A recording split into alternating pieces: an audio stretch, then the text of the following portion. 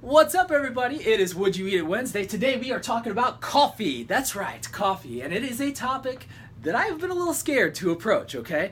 Because if there's one thing that people consider my coffee, it is just that, the coffee, okay? They talk about it like it's a friend or like it's a child. Don't take away my coffee. I will do anything you say on diet. Anything, CJ. Don't take away my coffee, please. I'm begging you.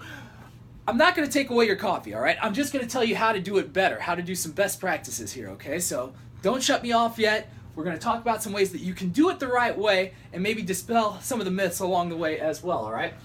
How do you take your coffee? Point number one. Obviously, there's a wrong way to do this. Starbucks, sorry to say, your mocha, smocha, latte, cappuccino, half calf with the caramel whipped cream, double melt, whatever. You know, I don't know what all people order nowadays at Starbucks, but they're doing it wrong, okay? It's a lot of sugar, a lot of crap, a lot of junk.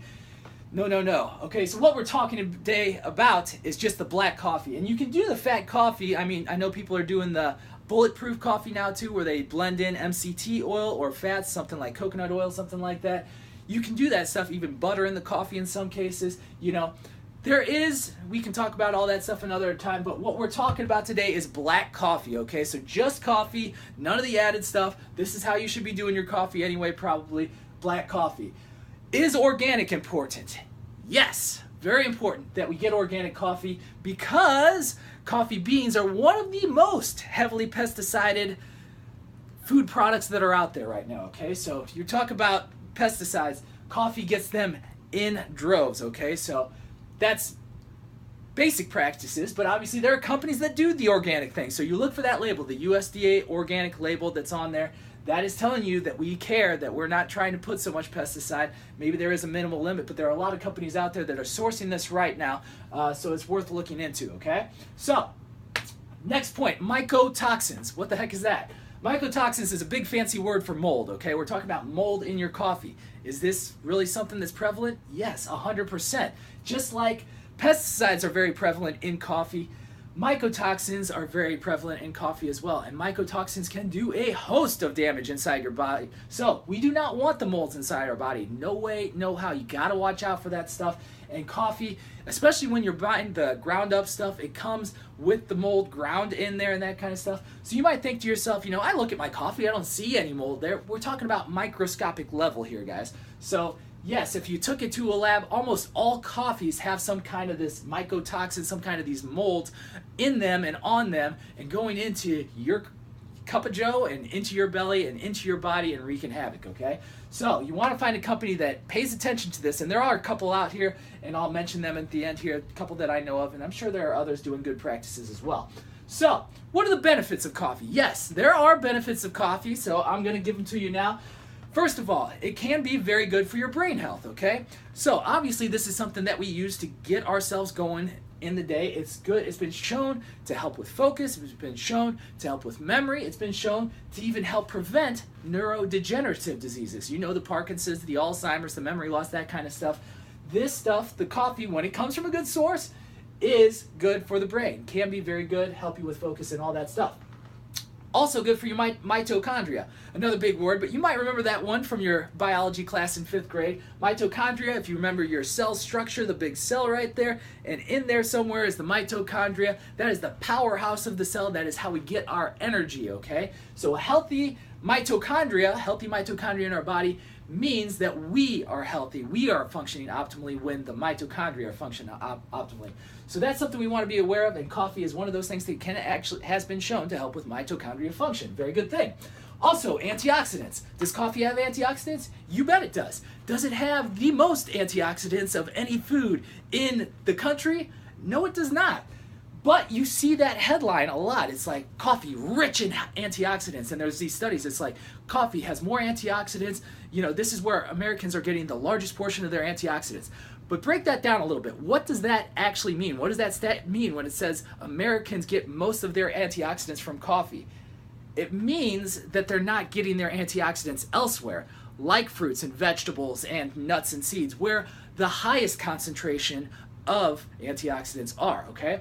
What are antioxidants, by the way? Antioxidants help clear up free radicals in the body. That helps clear up inflammation. Inflammation is the cause or at least the precursor to almost every disease we have a name for. So you've got to get your inflammation cleared up in order to live a healthy life. And if you're concerned about fat, you got to clear up the inflammation first. A lot of times if belly fat isn't moving, it's because you've got inflammation going on in your body. What causes inflammation?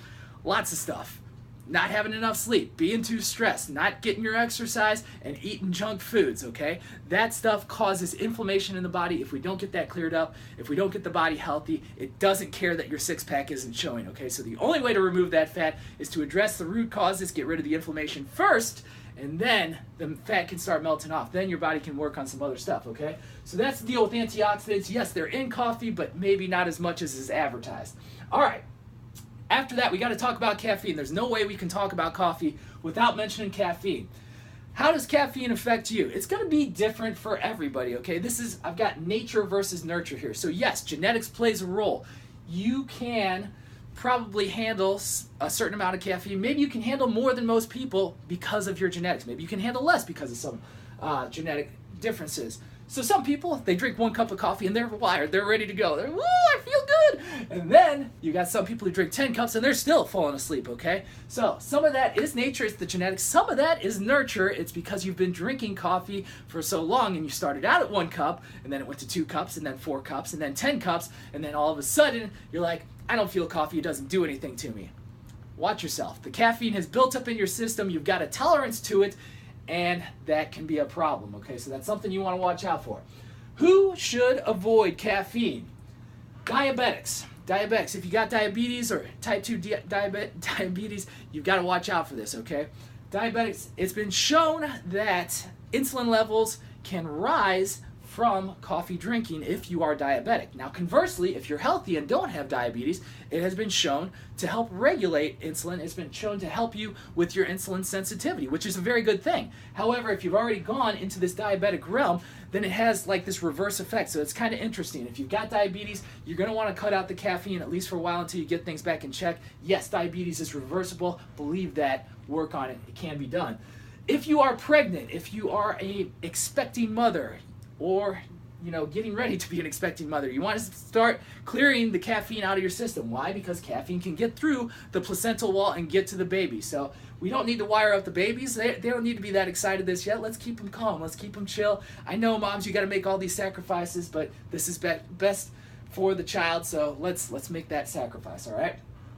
Gut issues, okay? If you've got the Crohn's, the colitis, the candida, any of that kind of stuff, any of the bad gut bacteria buildup, any of the autoimmune diseases that are associated with that, this might be a situation too where cutting out coffee and caffeine might be good for at least a little while. Give yourself a chance to recover, give yourself a healthy diet, more plant-based, more of the healthy foods, more of the natural stuff, at least for a while, okay? You can come back to it once we solve some of these issues, all right?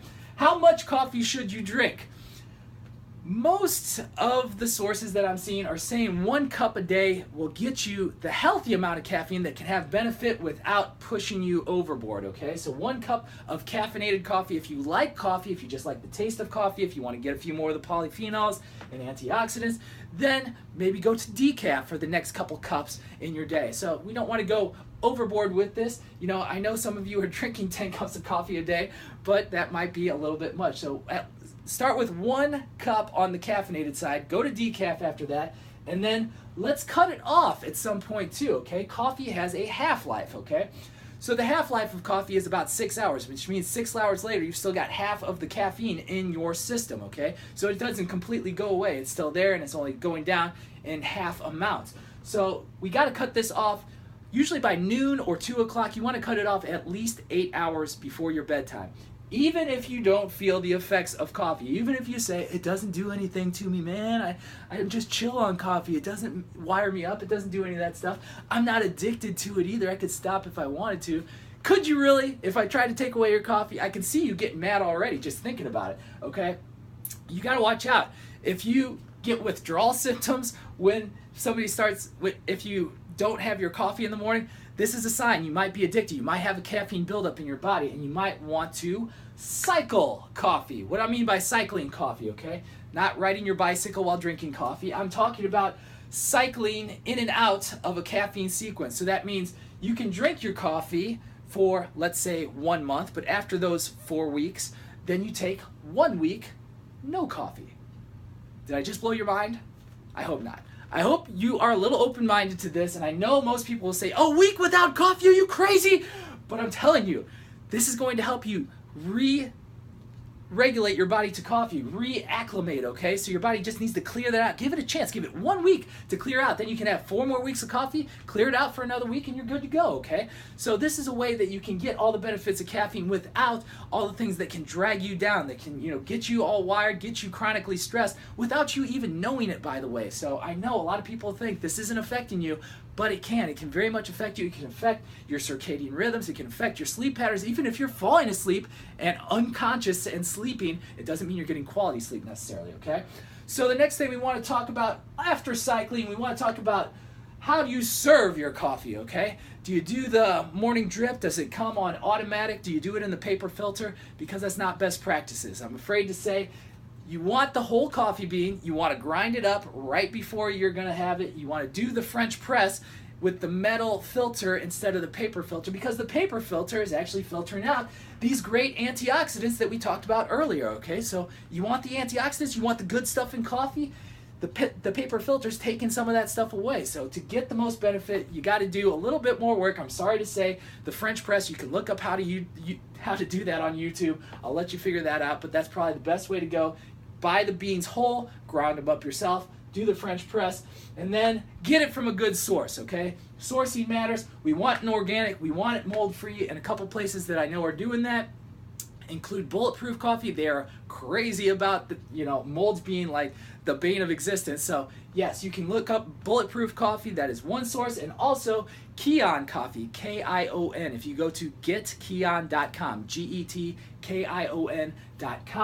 they have organic, mold-free coffee there. It's some of the best source. You can read their page and see how they've done their homework obsessively with lab testing and that kind of stuff to give you the best possible source of coffee on the planet. If you don't want to go online, look for some good organic Arabica coffee beans and you'll be good to go. So there you have it, guys. Coffee in a nutshell, coffee shell, bean shell, however you want to say it. So hopefully that gives you some best practices. I hope you'll consider some of this information, cycling it out and getting good sources and all that kind of stuff, because doing it the Starbucks way, I'm sorry to say, is not a good way to go. It's doing a lot more harm than good. So I hope that makes sense. And if you have any other questions, leave me some comments. Let me know what you thought. I will talk to you all soon.